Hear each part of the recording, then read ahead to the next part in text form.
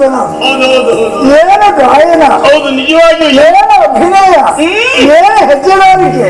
ಕಣ್ಣು ಸರಿ ಇಲ್ಲದೆ ಹೋದವರು ನೋಡಬಹುದು, ಕಿವಿ ಸರಿ ಇಲ್ಲದೆ ಹೋದವರು ಕೇಳಬಹುದು. ಇದು ತಲೆ ಅದಂದ್ರೆ ಕಣ್ಣು ಸರಿ ಇಲ್ಲದೆ ಹೋದ ನೋಡುದು ಅಂದ್ರೆ ಕಣ್ಣು ಸರಿ ಇಲ್ಲದೆ ಹೋದರು ಕಿವಿಗೆ ಕೇಳಿಸ್ತದಲ್ಲ ಅವರಿಗೆ. ಹಾ ಅದನ್ನು ಕೇಳಿದಾಗ ಹೀಗೇ ಇರಬಹುದು ಅಂತ ಆನಂದವನ್ನು ಅನುಭವಿಸಬಹುದು. ಹಾ ಹಾ ಕಿವಿ ಸರಿ ಇಲ್ಲದೆ ಹೋದರೂ ಕಣ್ಣಿಗೆ ಕಾಣ್ತದೆ ಇಲ್ಲ ದೃಶ್ಯ, ಅದರಿಂದ ಅಂತ ಸಂತೋಷ ಪಡಬಹುದು. ಹಾಗೆ ಹಾಗೆ ಎಂತ ಭಂಗಿ ಭಾವ,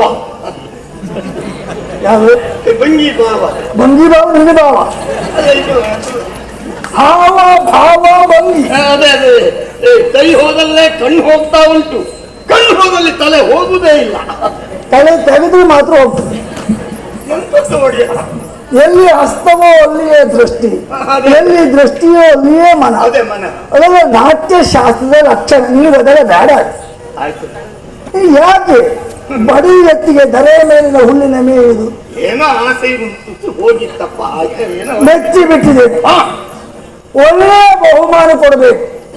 ಹೇಗಿರಬೇಕು, ಹೇಗಿರ್ಬೇಕು, ತಲೆ ತಲಾಂತರದವರೆಗೆ ಪ್ರಯೋಜನ ಬರಬೇಕು, ಅಷ್ಟೇ ತೂಕ ಉಳ್ಳದ್ದಾಗಿರಬೇಕು.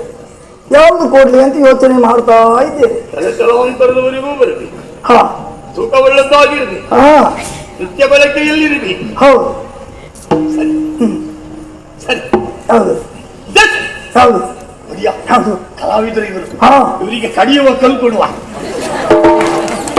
ತಲೆ ತಲಾಂತರದವರೆಗೂ ಬರ್ತದೆ, ತೂಕ ಉಳ್ಳದ್ದು ಒಬ್ಬರನ್ನು ಹೊರಲಿಕ್ಕೆ ಆಗುದೇ ಇಲ್ಲ, ಮತ್ತೆ ನಿತ್ಯ ಬಳಕೆಯಲ್ಲಿ ಇರ್ತದೆ. ಕಲಾವಿದರು ಅಲ್ವಾ, ಕಲಾವಿದರು ಅಡುಗೆ ಮಾಡುವುದಕ್ಕೆ ಹೋಗುವುದು ಅಂತ ಮಾಡಿದ್ಯಾ? ಅಲ್ಲ ಊಟ ಮಾಡುವುದಿಲ್ವಾ? ಬೇರೆಯವರು ಮಾಡಿ ಹಾಕ್ತಾರೆ, ಹಾಗಲ್ಲ. ಅದು ಕಲೆಗೆ ತಲೆ ತಲಾಂತರದವರೆಗೂ ಬರಬೇಕು.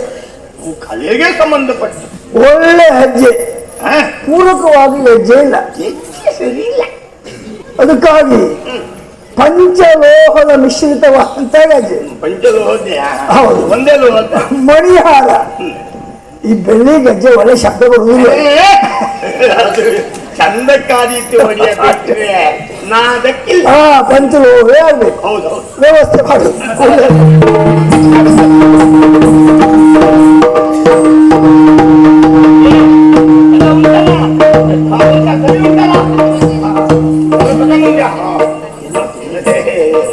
ಎಲ್ಲೋದ್ಯಾ?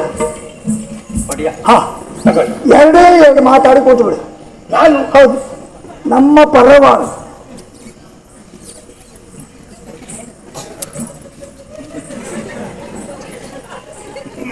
ಹೌದು. ಪ್ರಾರಂಭ ಮಾಡುವಾಗ ಎಷ್ಟು ಹೊತ್ತು ಮಾರಾಯ? ಒಡಿಯ ಒಂದು ವಾತಾವರಣ ಬೇಡವಾ? ವಾತಾವರಣ ಹತ್ತಿನ ಬಂದು ಹೇಳಿದ್ರೆ ಯಾರು ಕೇಳೋರಿಲ್ಲ.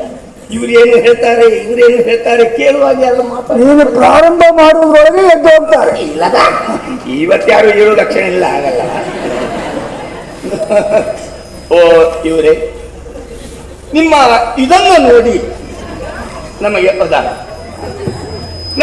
ಅದಾಗಿದೆ ಎಂದ ಮಾತ್ರಕ್ಕೆ ನಾವು ಹೀಗೆ ಇದನ್ನು ಬಿಡುವುದಿಲ್ಲ.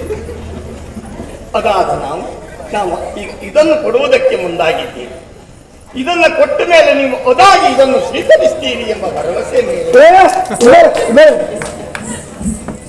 ಎರಡು ಮಾತಾಡುವಂತ ಎಷ್ಟು ಮಾತಾಡ್ತಿದ್ದೀಯಾ? ಎರಡೇ ಮಾತು. ಮತ್ತೆ ಅದನ್ನೇ ಹೇಳ್ತಾ ಇಷ್ಟು ಹೊತ್ತು ಮಾತಾಡುದಿಲ್ಲ. ಇಲ್ಲಪ್ಪ, ಎರಡೇ ಮಾತು. ಎಂತ ಎರಡು? ಒಂದದು ಒಂದಿದು, ಎರಡೇ ಮಾತಾಡೋಲ್ಲ. ಅಷ್ಟು ಮಾತಾಡಲಿಲ್ಲ ನಾನು. ಅದು ಯಾವುದು ಅಂತ ಹೇಳ. ಇದು ಇವರೇ ಕಲಾವಿದರೆ ಅಲ್ಲ, ಕಲಾವಿದೆಯರೇ, ಕಲಾ ಕಲಾವಿದವೇ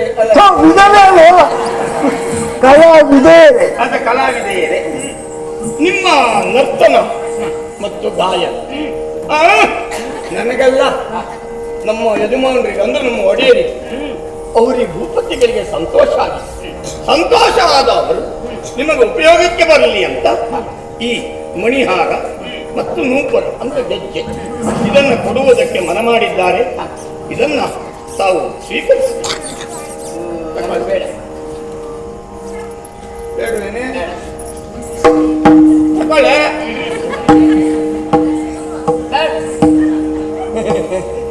ನೀನಾದ್ರೂ ತಗೊಳ್ಳೆ. ಕಾಲು ನಾಲ್ಕು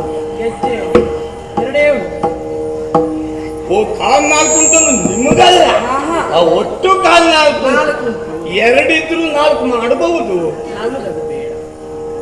ನಿಮಗೂ ಬೇಡವೇ? ಬೇಡ. ಮಗಳೇ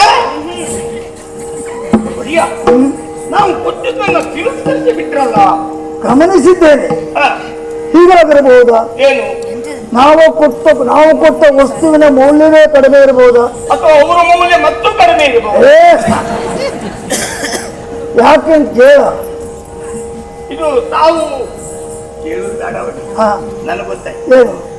ಇವರು ಅರಮನೆ ಹೋದು ಹಾ ತಾವು ಅಲ್ಲಿಲ್ಲ ಎನ್ನುವ ವಿಷಯ ಗೊತ್ತಾಯ್ತು. ಹಾ ರಾಜರಂದ್ರೆ ದೇವರಲ್ಲ ಒಡೆಯ. ಇವರು ದೇವರ ಸೇವೆಗೆ ಬಂದು ಕಲಾವಿದರು. ಸೇವೆಗೆ ಬಂದವರು ಸಂಭಾವನೆ ತಗೊಳ್ಳುವುದಿಲ್ಲ. ಆದ್ರೂ ಪ್ರಸಾದ ಕೊಡುವುದು ಬೇಡ. ಪ್ರಸಾದ ಕೊಡಬಹುದು. ದೇವರ ಸೇವೆಗೆ ಬಂದು ಹಾಗೆ ಕೊಡಿಸಬಾರ್ದು. ಪ್ರಸಾದ ಕೊಡುವುದೇ. ಕಲಾವಿದೇನೆ, ನಿಮ್ಮ ವಿಶಾಲವಾದ ಆ ಮನಸ್ಥಿತಿ ನಮಗೆ ಮೊದಲು ಪಕ್ಕನೆ ಅರ್ಥ ಆಗಲಿಲ್ಲ. ಹಾಗೆ ಈಗ ತಡವಾದರೂ ಹೊತ್ತೋದ ಮೇಲೆ ನಮಗೆ ಗೊತ್ತಾಗಿದೆ. ತಾವು ಸೇವೆಗೆ ಬಂದವರು ಎನ್ನುವುದು ನಿಧಾನವಾಗಿ ಗೊತ್ತಾಯಿತು. ನಿಮ್ಮ ಸೇವೋ ಮನೋಭಾವವನ್ನು ದೊರೆಗಳು ಮೆಚ್ಚಿದ್ದಾರೆ. ಮೆಚ್ಚಿದವರು ಹಾಗೆ ಕಲಿಸುವುದು ಸರಿಯಲ್ಲ ಅಂತ ಹೇಳಿದ್ದಾರೆ. ಹಾಗಾಗಿ ದೇವರ ಮುಡಿಗಂಧ ಪ್ರಸಾದ ಇದು ದಕ್ಕಿತೋ ಆಹೋ ಅಂತ ಹೇಳಿ ಹೌದು, ವೀಳ್ಯದಲ್ಲೇ ಅಡಿಕೆ ಪ್ರಸಾದ ಗಂಧ ಎಲ್ಲವೂ ಹೌದು. ಇಲ್ವಾ? ನಿಮ್ಮನೇಲಿ ಇದ್ದಾರೆ ಅಂತ ಕೇಳಿದ್ರು. ಇದ್ದಾರೆ. ಏನು ಕೂಡ ಅವರಿಗೆ ಅಜ್ಜಿ ಆದ್ಮೇಲೆ ನಿನ್ಗೆ ಕಾವಲು ಬರ್ತೀವಲ್ಲ ಅಡಿಕೆ. ನೀನಾದ್ರೂ ತಕ್ಕಲೆ ಇದನ್ನ. ನಾವು ಬಂದಲ್ಲೆಲ್ಲ ಸೇವೆ ಮಾಡುವುದಿಲ್ಲ. ಒಂದಲ್ಲೆಲ್ಲ ಸೇವೆ ಮಾಡುವುದಿಲ್ಲ ಅಂದ್ರೆ ಇವರು ಸೇವೆ ಮಾಡುವುದಿಲ್ಲ. ಒಡೆಯ, ಸೇವೆಗೆ ಬಂದವರು ಅಲ್ಲ ಅಂತ ಆಯ್ತಲ್ಲ. ಹಾಗಾದ್ರೆ ಹೀಗಿರಬಹುದು. ಏನು ಒಡೆಯ? ಏನೆಂದೋ ಅಪೇಕ್ಷಿಸಿ ಬಂದವರು ಇರಬೇಕು. ಹೌದಂತೆ. ಕೆಲವು ಕಲಾವಿದರು ಮನೆಯಿಂದ ಹೊರಡುವಾಗಲೇ ಇಂತಿಷ್ಟು ಅಪೇಕ್ಷೆ ಪಟ್ಟುಕೊಂಡು ಹೊರಡ್ತಾರೆ. ನಾನು ಕೇಳಿದ್ದೇನೆ, ಬಹುಶಃ ಆ ಜಾತಿಗೆ ಸೇರಿದವರೇ ಇವರು. ಅವಕಾಶ ಕೊಡೋಣ. ಪ್ರದರ್ಶನ ಮುಗಿದ ಮೇಲೆ ಇಟ್ಕೊಡಿ ಅಂತ ಗಲಾಟೆ ಮಾಡುವವರು ಅಂತ. ಬೇಕಾದ್ದನ್ನು ಕೇಳಿಕೊಡ್ತೇನೆ. ಏನು? ನಾವು ಕೊಟ್ಟಿದ್ದನ್ನೆಲ್ಲ ತಿರಸ್ಕರಿಸುವುದನ್ನು ಕಂಡಾಗ ತಾವು ಅಪೇಕ್ಷೆ ಪಟ್ಟು ಬಂದವರು ಎಂಬುದನ್ನು ಗಮನಿಸಿದ ನಮ್ಮ ದೊರೆಗಳು ಅವಕಾಶ ಮಾಡಿಕೊಟ್ಟಿದ್ದಾರೆ. ತಮಗೆ ಅಪೇಕ್ಷೆ ಇದ್ದರೆ ನಿವೇದಿಸಬಹುದು. ಜನ ನಮ್ಮೂರಲ್ಲಿ ಪ್ರಾಯ ಬಂದವರು ಇಲ್ಲ.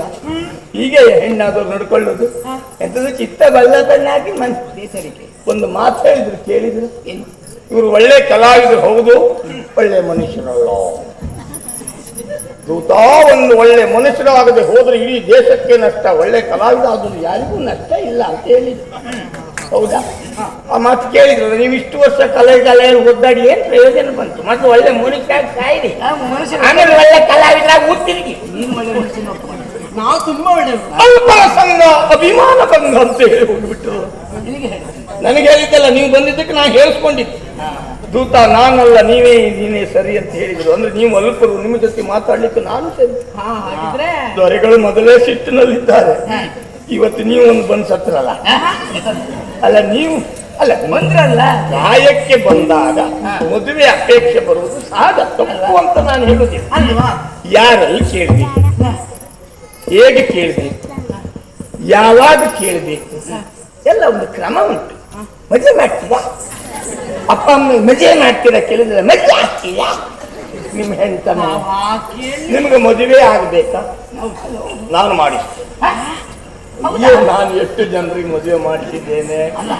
ಖರ್ಚೆಲ್ಲ ಬೇರೆಯವ್ರದ್ದು, ಯಜಮಾನಿಕೆ ನಮ್ಮದು. ಇವತ್ತು ನಿಮ್ಗೆ ಮದುವೆ ಮಾಡಿಸ್ತೇನೆ.